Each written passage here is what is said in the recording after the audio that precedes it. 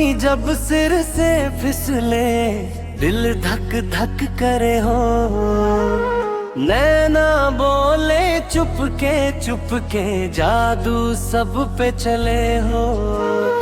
ओढ़नी ओढ़नी ओढ़नी कमाल करे हो, लाज शर्म में लिपट के प्यार बेहाल करे हो। हल्की हल्की हवा चले ओढ़नी उड़ जाए, गजरवा वाला नैना से आ घायल बनाए।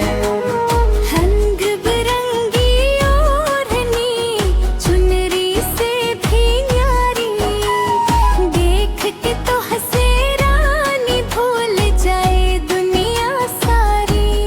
मुखड़ा रिपीट ओढ़नी जब सिर से फिसले, ओढ़नी में रानी तू सब पे राज करे हो।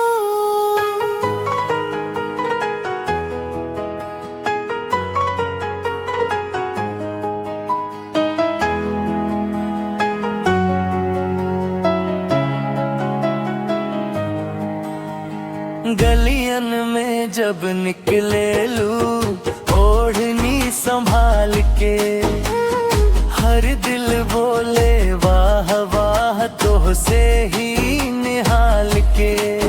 सैया तो हार बाटे पागल दिन रात तो है चाहे, ओढ़नी में बांध के रख ले सपने लाखों लाए।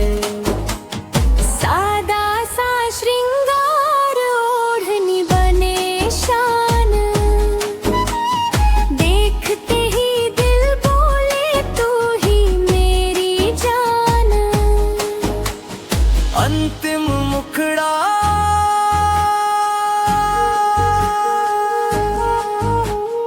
अंतिम मुखड़ा